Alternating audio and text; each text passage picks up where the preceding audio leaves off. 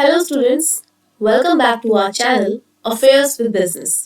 मेरा नाम है सपना ठाकुर और आज मैं आपके लिए लेकर आई हूँ पीजीटी इकोनॉमिक्स के previous year question part 2।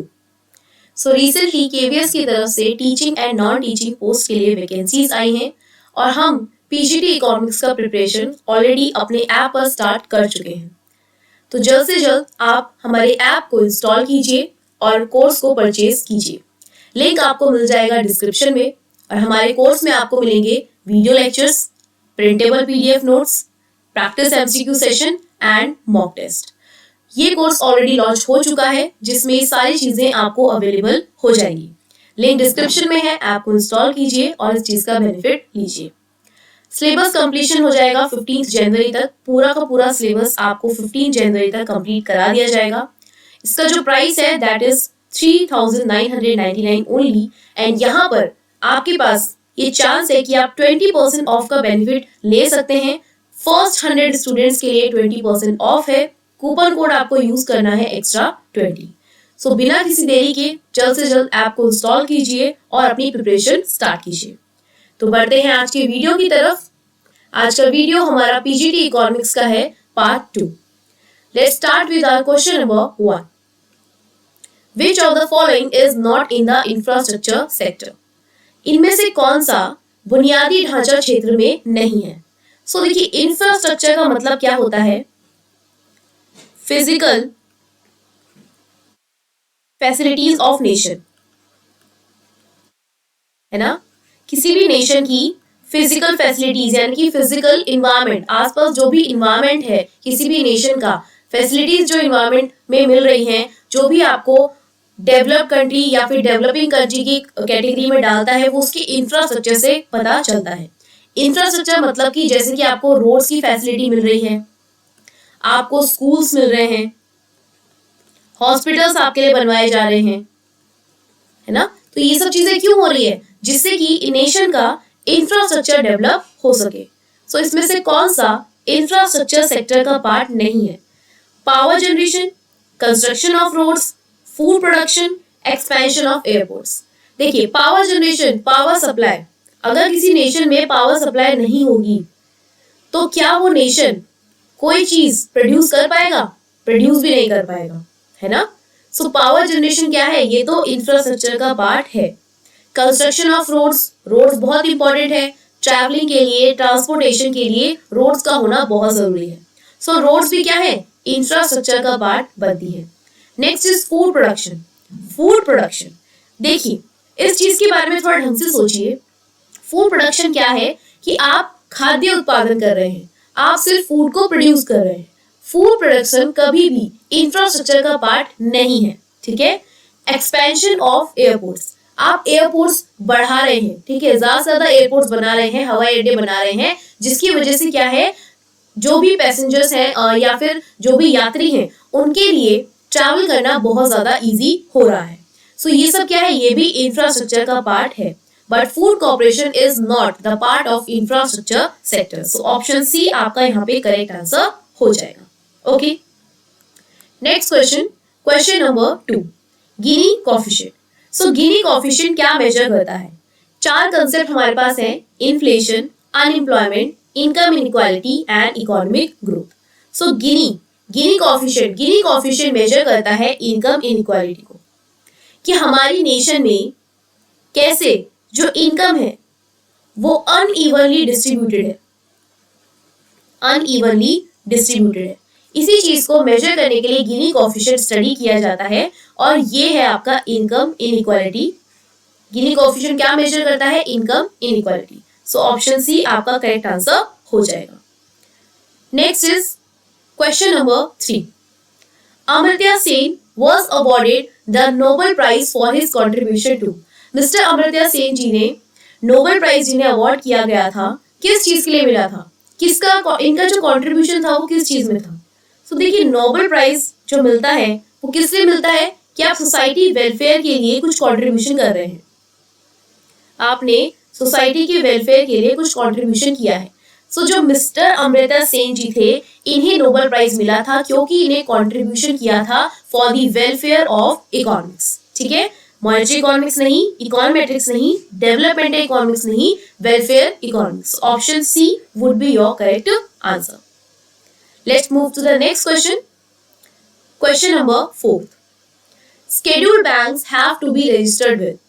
Scheduled banks किसके साथ रजिस्टर किए जाने जरूरी है? Scheduled banks क्या होते हैं?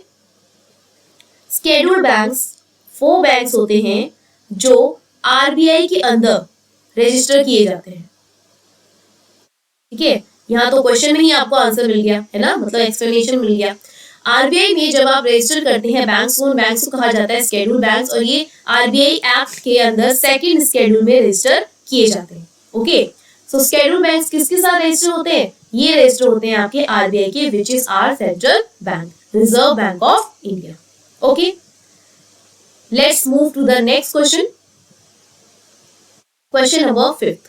Which of the following is not a characteristic of labor? इनमें से कौन सा लेबर का कैरेक्टरिस्टिक नहीं है? ठीक है, labour is perishable, labour perishable है, इसका मतलब आप उसको स्टोर करके नहीं रख सकते, है ना। आप किसी लेबर को ऐसे नहीं कह सकते कि अच्छा आप कल छुट्टी पे रहेंगे क्या, तुम कल काम पे नहीं आओगे क्या, तो एक काम करो, अपने कल के बदले की सर्विसेज है ना यहाँ हमारे रूम में ना स्टोर करके रख दो। क्या ऐसा पॉसिबल है? नहीं, ऐसा पॉसिबल नहीं है। सो लेबर क्या है? लेबर पेरिशेबल है, मतलब आप इसकी सर्विसेज को स्टोर नहीं कर सकते हैं। Okay, next is labour less mobility. Labour की लेस मोबिलिटी होती है, मतलब उसे मूव करना थोड़ा सा मुश्किल हो सकता है as compare to other things. For example capital, अगर आपको कैपिटल मूव करनी है तो आप इजीली एक जगह से दूसरी जगह मूव कर सकते हैं, एक बिजनेस से दूसरे बिजनेस मूव कर सकते हैं। बट जब आप लेबर को मूव करेंगे तो लेबर को मूव करने में आपका ट्रांसपोर्टेशन कॉस्ट लगेगा, आपकी लेबर कॉस्ट लगेगी, फिर उनकी वेजेस का भी आपको ध्यान रखना होगा, लेबर के लिए एक नई वर्किंग कंडीशन आ जाएगी। तो ये सब चीजें क्या बनाती हैं कि लेबर के पास क्या है? लेस मोबिलिटी है। Okay, C option is strong bargaining power of labour, कि जो लेबर है उसकी स्ट्रॉन्ग बार्गेनिंग पावर है। मतलब ऐसा है क्या कि लेबर आपको ये कहता है कि नहीं मैं तो 500 रुपीज में काम नहीं करूंगा, मुझे तो 1000 रुपीज चाहिए तभी मैं काम करूंगा, ऐसा होता है क्या? लेबर ज्यादा स्ट्रांगली आपसे कभी बार्गेन कर पाता है? बिल्कुल नहीं, है ना। तो लेबर की जो बार्गेनिंग पावर है इट्स नॉट स्ट्रॉन्ग। ये डे टू डे बेसिस पे काम करते हैं, उनको बस ये होता है कि हमारी बेसिक नेसेसिटी फुलफिल हो जाए और हमें हमारे काम के बस पैसे मिल जाए। ठीक है, so strong bargaining power of labour ये लेबर का कैरेक्टरिस्टिक नहीं है। Next is inelastic supply of labour, मतलब कि inelastic supply of labour, labour की जो सप्लाई है वो इनइलास्टिक है, यानी कि इजीली आपको लेबर सप्लाई मिल जाती है। Okay, so option number C आपका क्या होगा? Characteristic of labour, sorry which is not a characteristic of labour. Option C is not a characteristic of labour. So option number C आपका यहाँ पे करेक्ट आंसर हो जाएगा। Next question, question number 6।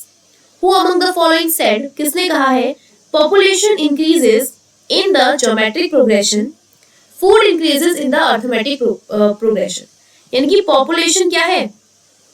Population तो geometric progression की speed से बढ़ रही है, लेकिन अर्थमेटिक प्रोग्रेशन की स्पीड से क्या बढ़ रहा है? फूड ना।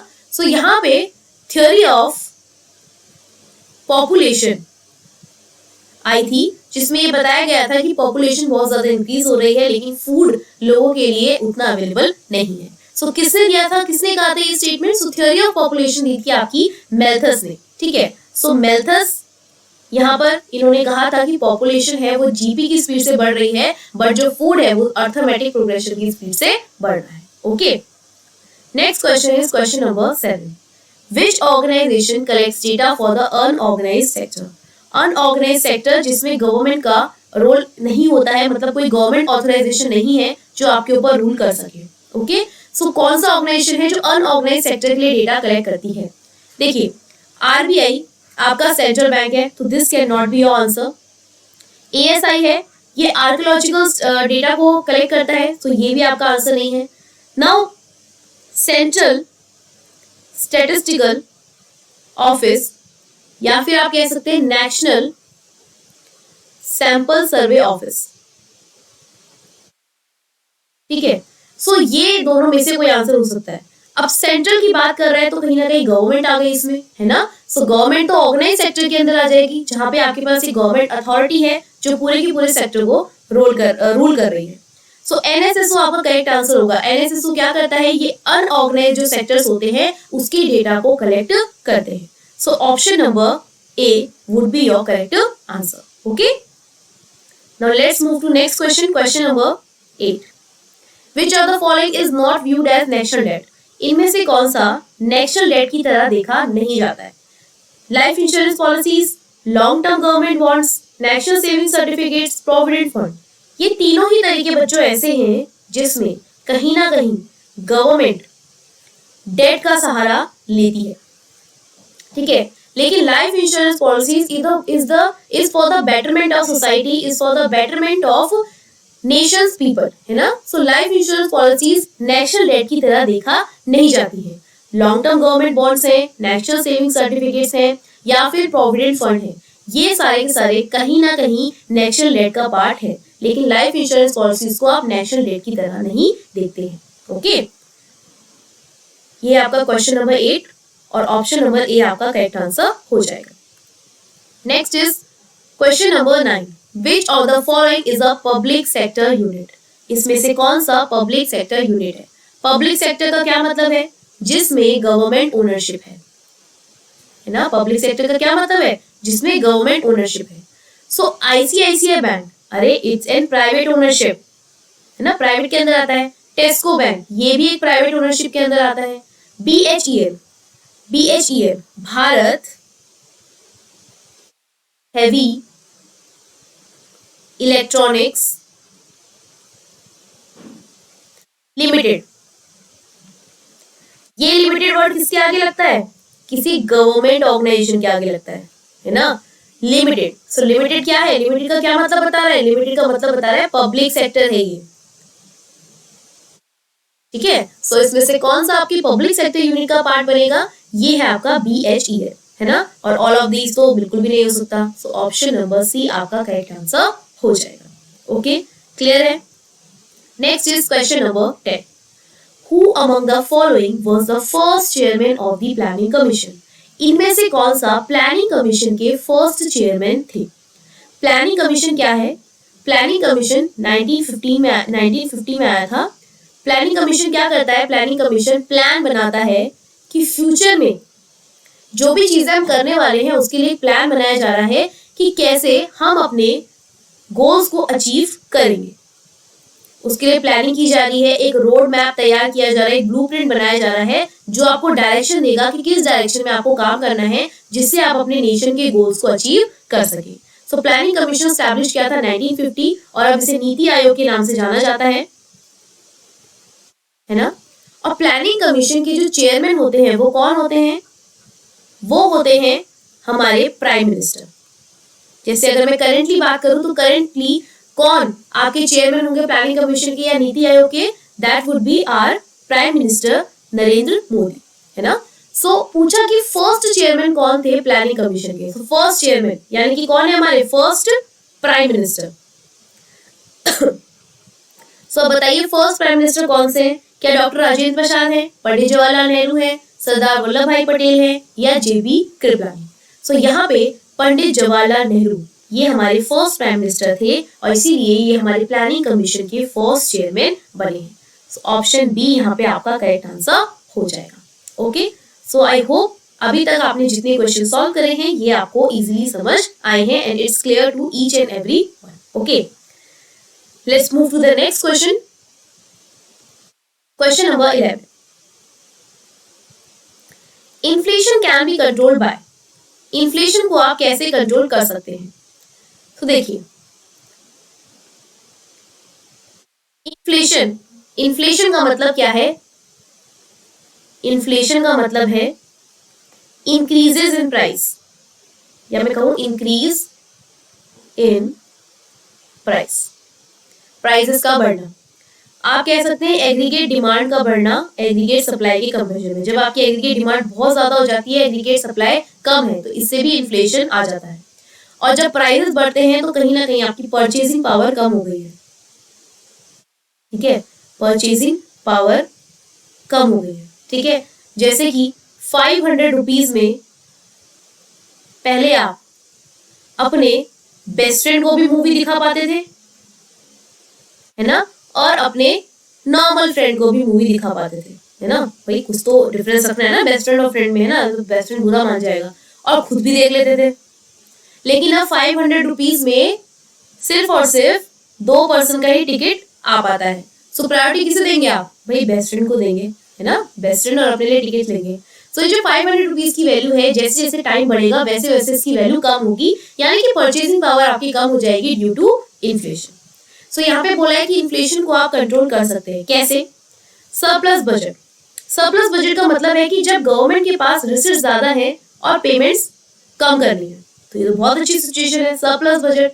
सो गवर्नमेंट क्या कर रही है? बहुत सारे रिसिप्ट ले रही है, रिसिप्ट अपने पास जमा कर रही है, बहुत सारा रेवेन्यू कलेक्ट कर लिया है, मार्केट में मनी सप्लाई को रोक लिया है, कम कर लिया है। इसकी वजह से आप इन्फ्लेशन को कम कर सकते हैं, इन्फ्लेशन को कंट्रोल कर सकते हैं। That would be your correct option. Next is increase in taxation. भाई टैक्स बढ़ा दो, टैक्स का बर्डन बढ़ा दो, लोगों के ऊपर टैक्स बढ़ा दो, टैक्स इंक्रीज हो जाएगा तो जो मनी सप्लाई है वो क्या हो जाएगी? मनी सप्लाई ऑटोमेटिकली कम हो जाएगी, और मनी सप्लाई कम हो रही है तो इसकी वजह से क्या होगा? आप इन्फ्लेशन को कंट्रोल कर पाएंगे। ठीक है। Reduction in public expenditure. Public पे खर्चा ही मत कीजिए, पब्लिक एक्सपेंडिचर को कम कर दीजिए, है ना। सो इससे भी आप इन्फ्लेशन को कंट्रोल कर सकेंगे। सो ऑल ऑफ दीज आपका करेक्ट आंसर हो जाएगा। ऑप्शन डी करेक्ट आंसर आपका यहाँ पे बनेगा। Okay, next question, question number 12। The acronym SRO being used in the capital market for various market participants stands for। SRO का full form पूछा है जिसे कैपिटल मार्केट में इस्तेमाल किया जाता है। ठीक है, कैपिटल मार्केट वो मार्केट होता है जहां पर आप लॉन्ग टर्म के लिए सिक्योरिटीज में डील करते हैं, लॉन्ग टर्म सिक्योरिटीज में डील करते हैं। उसके आगे की पार्ट भी होते हैं, प्राइमरी एंड सेकेंडरी। ठीक है, और ये सब चीजें हमने बैंकिंग में पढ़ा है। ठीक है, बैंकिंग का जो फाइनेंशियल मार्केट यूनिट है वहां पर हमने इस चीज को समझा है। ओके, सो SRO का फुल फॉर्म पूछा है तो SRO का फुल फॉर्म होता है self regulatory organisation. Self regulatory organisation ऐसी ऑर्गेनाइजेशन जो खुद ही क्या करती है? रेगुलेट करती है, खुद के लिए खुद ही रेगुलेशंस बनाती है, और जो भी इसके अंडर चीजें आती हैं उन्हें खुद ही रेगुलेट करती है। यहाँ पे गवर्नमेंट रूल नहीं होता है। Okay, self regulatory organisation. Next question is the term FAD coined by professor Amartya Sen stands for। FAD जो टर्म है अमर्त्य सेन ने इसे इंट्रोड्यूस किया था और इसका फुल फॉर्म आपसे पूछा है। सो बताइए फैड का फुल फॉर्म क्या है? Food availability decline. यानी कि जैसे जैसे समय आगे बढ़ रहा है वैसे वैसे जो फूड अवेलेबिलिटी है वो डिक्लाइन होती जा रही है। प्रोफेसर अमर्त्य सेन ने अपने रिसर्च में इस टर्म को कॉइन किया था। उन्होंने देखा था कि फूड अवेलेबिलिटी जो है वो क्या हो रही है? डिक्लाइन हो रही है। ठीक है, सो फैड का फुल फॉर्म क्या है? Food availability decline. Next question, question number 14। According to Ricardian theory of rent, rent क्या है? देखिए यहाँ पे जो रिकार्ड जी थे, डेविड रिकार्डो और रिकार्डो जी थे, इन्होंने दी थी थ्योरी ऑफ रेंट, और इन्होंने कहा था कि रेंट का मतलब है, फॉर एग्जाम्पल आप एक लैंड है और ये लैंड कैसी है? ये हैवी फर्टिलिटी वाली लैंड है, यहाँ पे बहुत अच्छी फर्टिलिटी है, यानी कि अगर आप इस लैंड पे कोई प्रोडक्शन करते हैं तो उससे बहुत अच्छा प्रॉफिट और रेवेन्यू आप जनरेट कर सकते हैं।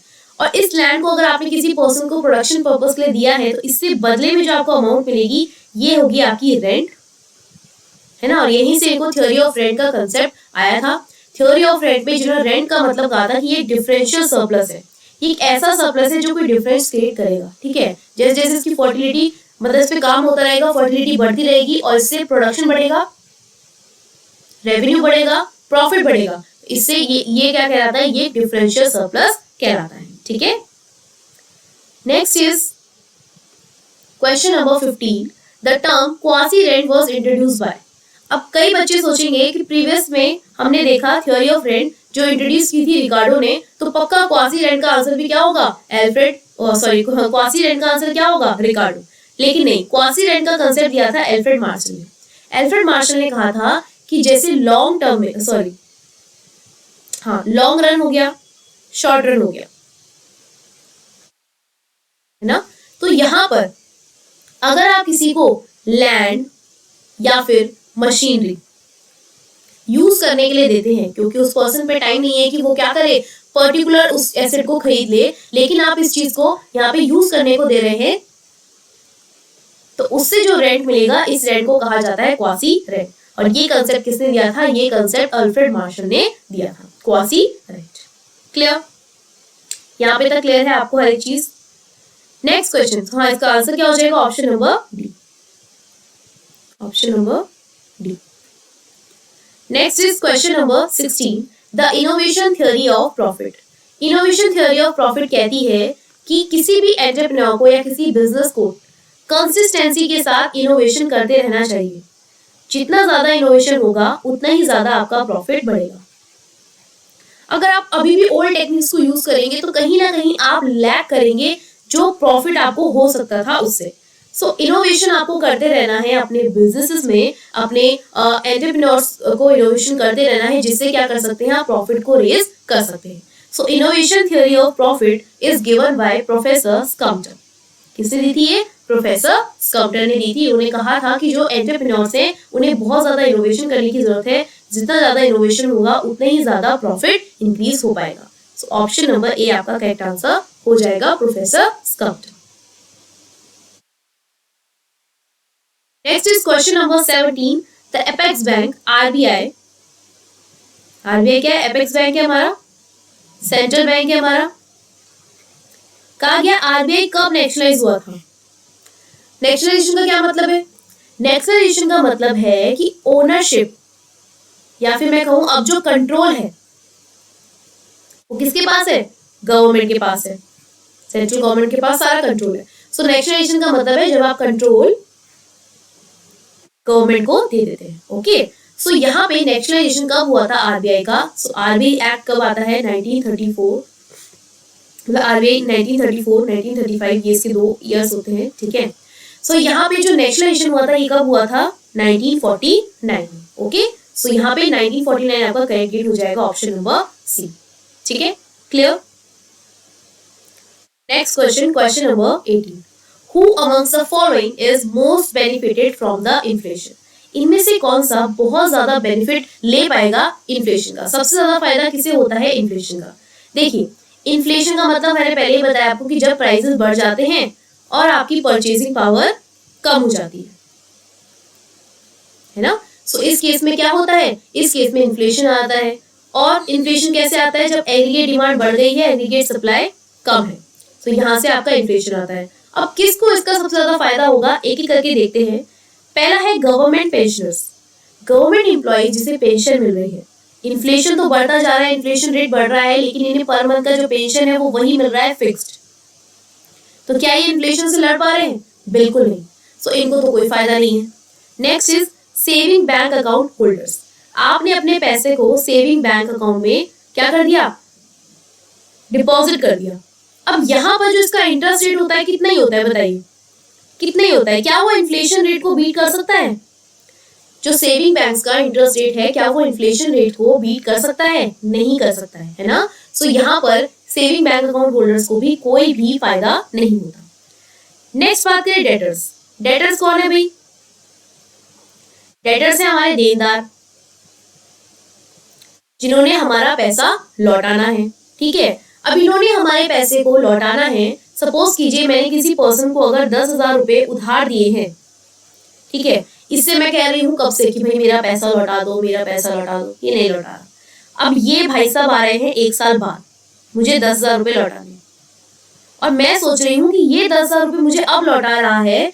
ये 10,000 रुपए अगर मैं किसी अच्छी जगह इन्वेस्ट करती तो मुझे उससे रिटर्न मिलता, बट ये 10,000 रुपए मेरे यहाँ फंस गए। और इस डेटर को फायदा तो देखो, ये 10,000 रुपए की वैल्यू आज के टाइम पे मेरे लिए क्या होगी? बहुत कम हो जाएगी। लेकिन इस पर्सन के लिए इसका पूरा का पूरा डेट ही क्लियर हो जाएगा 10,000 रुपए में।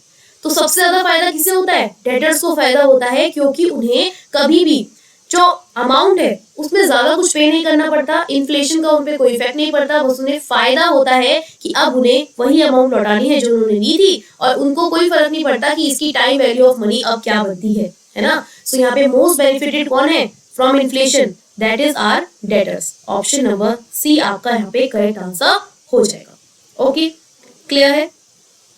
Next is question number 19। Indian rupee has got its symbol as इस तरीके से, है ना, आर और उसके ऊपर इस तरह से। ये सिंबल डिजाइन किया था, किसने डिजाइन किया था? ये जो सिंबल है ये 2010 में लॉन्च किया गया था and it was design by D Uday Kumar. किसने डिजाइन किया था इसको? डी उदय कुमार ने। ठीक है, 2010 में ये सिंबल आया था और डी उदय कुमार ने इसे डिजाइन किया था।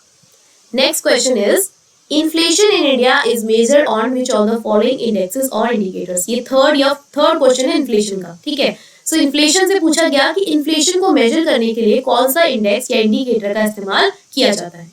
कॉस्ट ऑफ लिविंग इंडेक्स नहीं है, जीडीपी नहीं है, बचे consumer price index and wholesale price index. वैसे तो दोनों ही मेथड्स के इंडिकेटर्स बनते हैं, लेकिन इंडिया में सबसे ज्यादा जो यूज किया जाता है, या फिर मैं कहूँ कि एक इंडिकेटर जिससे हम इन्फ्लेशन को मेजर कर सकते हैं, that is our consumer price index. ठीक है, सो ऑप्शन नंबर बी आपका करेक्ट आंसर हो जाएगा। ओके, सो स्टूडेंट्स, यहाँ पर हमने आज 20 क्वेश्चंस को प्रैक्टिस किया है from PYQs KVS PGT economics. ठीक है, आई होप ये सेशन आपके लिए हेल्पफुल रहा हो। यहाँ पर मैंने इसके आंसर्स भी ऐड किए हुए हैं जिससे कि आपको क्लैरिटी मिल जाए। Okay, so this session was for KVS PGT economics previous year questions part 2 and I hope ये सेशन आपके लिए हेल्पफुल रहा है। ओके, सो नेक्स्ट वीडियो में मिलेंगे। आप तब तक अपना रिवाइज कीजिए और अपना ध्यान रखिए। Okay, bye bye students, take care.